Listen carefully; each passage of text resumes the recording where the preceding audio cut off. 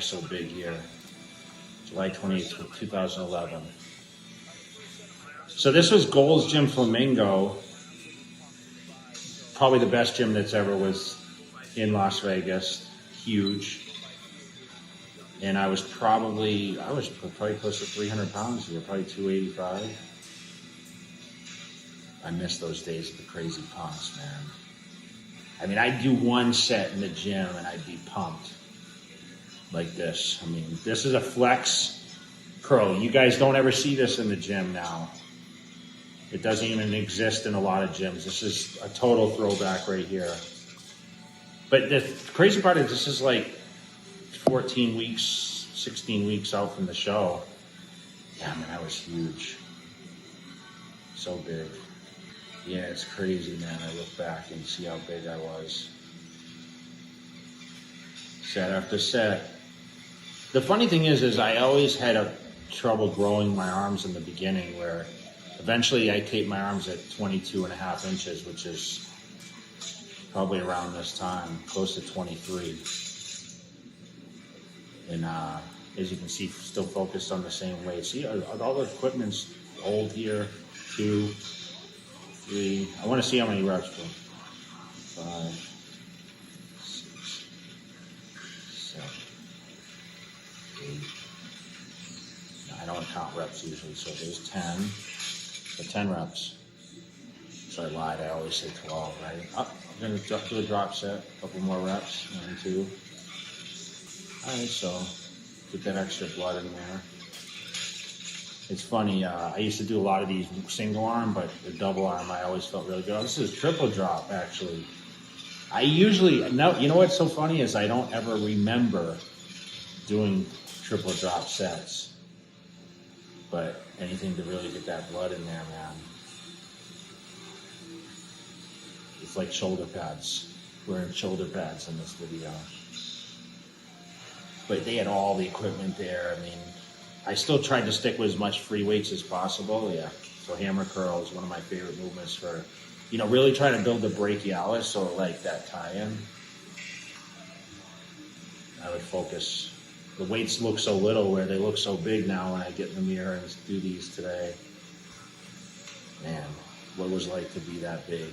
A lot of eating, a lot of years of consistency. I mean, this was well on my way to winning my 5th title, which I tore my bicep 3 weeks out from this contest, actually, at this gym doing a photo shoot.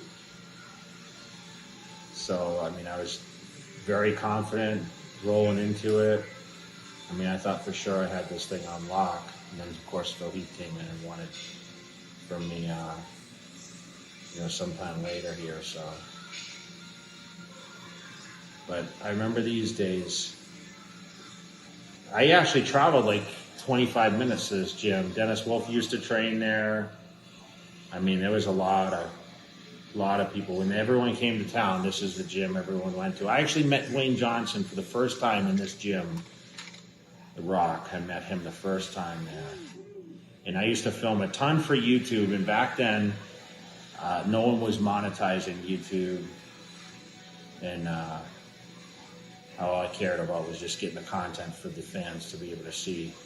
Because back then it was just mostly magazines, so. But we'll see if I do regular bicep curls. I'll probably do some standing barbells, which everyone always comments about my form on these. But yeah, look at the size. And I was in great shape here. I mean, that's the crazy part, is I was able to maintain like really good conditioning for off season.